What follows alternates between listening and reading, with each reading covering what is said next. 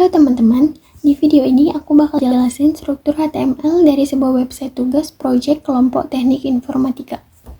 Website ini berisi navbar, data anggota kelompok, pilihan UKM, dan formulir data diri lengkap. Yuk langsung aja kita bahas dari bagian yang paling atas. Kita mulai dari struktur dasar HTML. Di sini saya sudah memiliki folder tugas proyek dengan file nama project1.html. Jadi, ekstensinya harus HTML ya.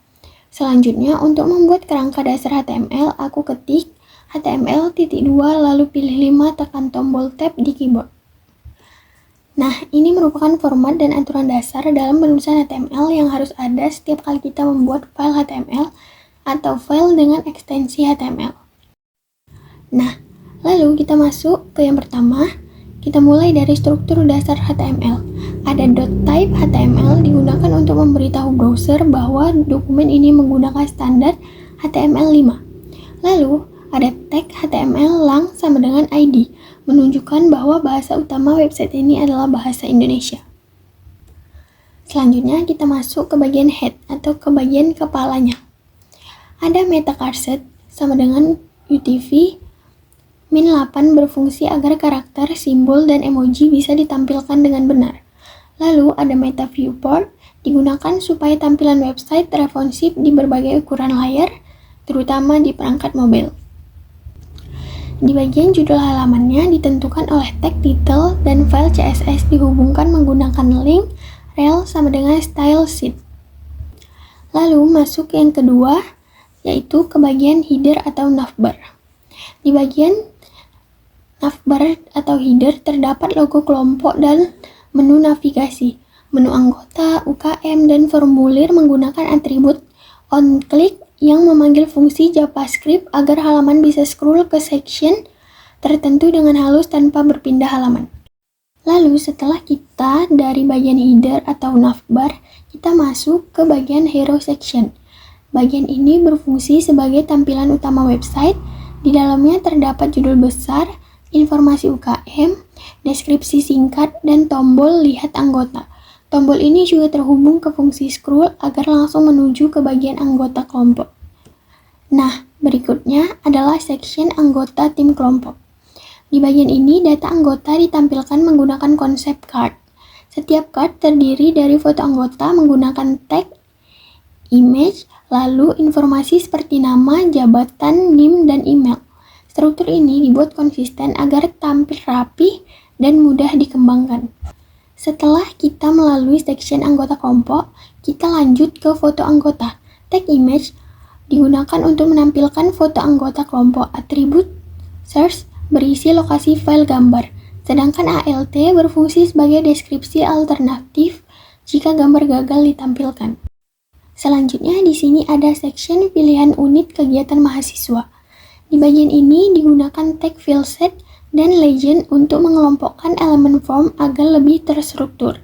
Mahasiswa dapat memilih UKM dari drop down dan menuliskan alasan mengikuti UKM tersebut menggunakan text area.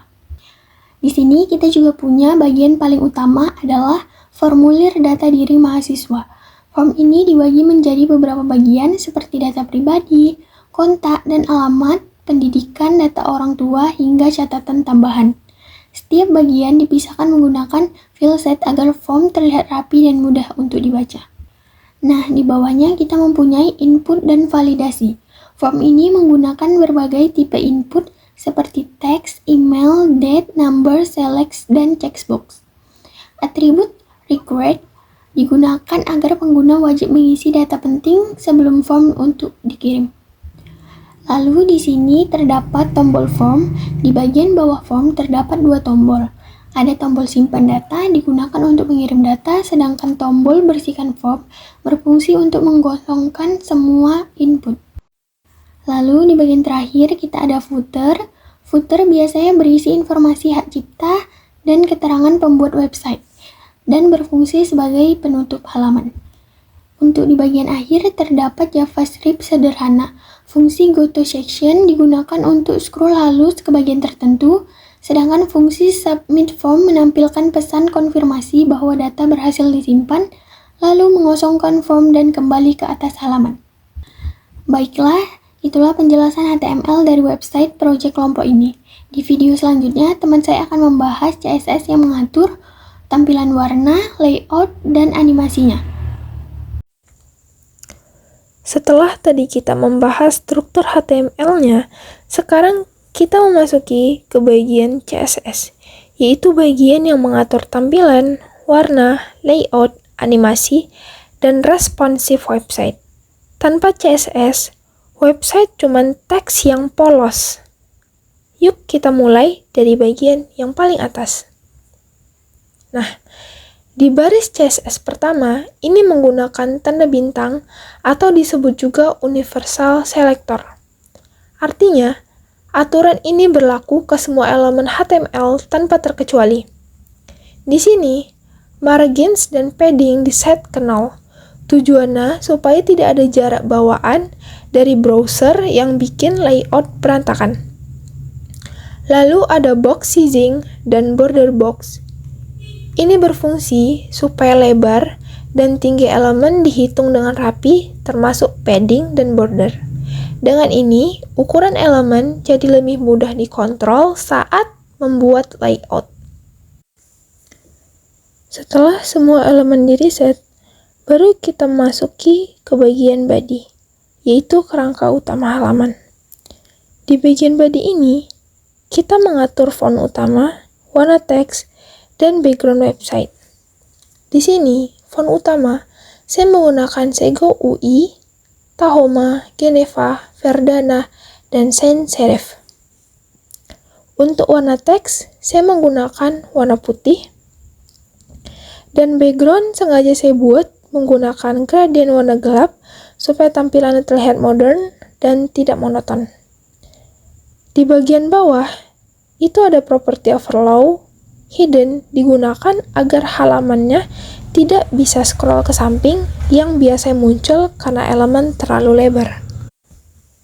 Jika tampilannya sudah beres, baru kita mulai mengatur bagian yang paling kelihatan pertama oleh user, yaitu header atau navbar.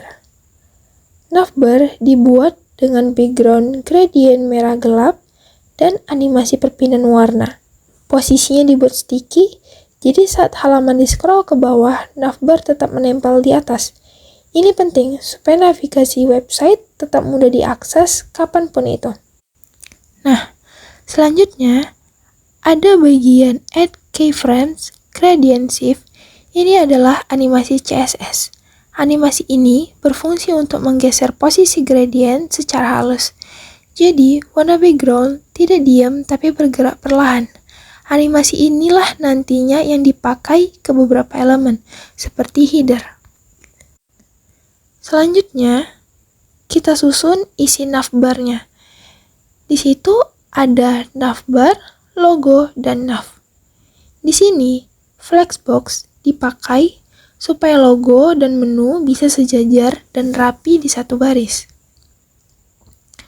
Supaya navigasi ini tidak terlalu terasa kaku, kita tambahkan sedikit interaktif saat disentuh oleh kursor. Di bagian nav, hover, efek hover ini berfungsi sebagai penanda visual. Kalau elemen tersebut bisa diklik. Kalau navigasinya sudah selesai, sekarang kita masuk ke bagian utama halaman.